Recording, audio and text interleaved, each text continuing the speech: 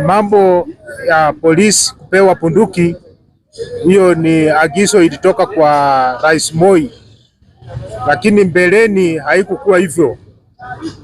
Polisi walikuwa wanaangalia usalama ya wananchi wakitumia rungu.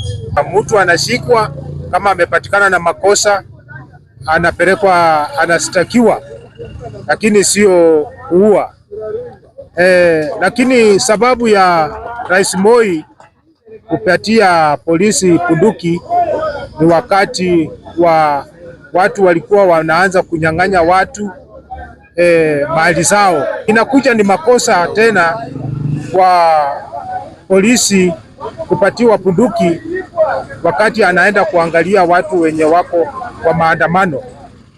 Tena polisi anapatiwa bunduki wakati anaenda kuangalia wanafunzi wakati wanafanya strike kwa shule. Kama polisi amefanya makosa kama hiyo, mwenye amepatia polisi bunduki ndiye anatakana kustakiwa. Right yetu sisi wananchi iko wapi hapa Kenya? Tunadhulumiwa pamoja na wanasiasa, tunadhulumiwa na polisi, tunadhulumiwa na viongozi. Kwa nini namna hiyo? Bwana Raila, sisi tunataka wewe ukiwa huko ujaribu kusaidia hawa wananchi ambao wamesimama nyuma yako. Wewe ndio wanaona ya kwamba unaweza kuwasaidia kwa hii masuala.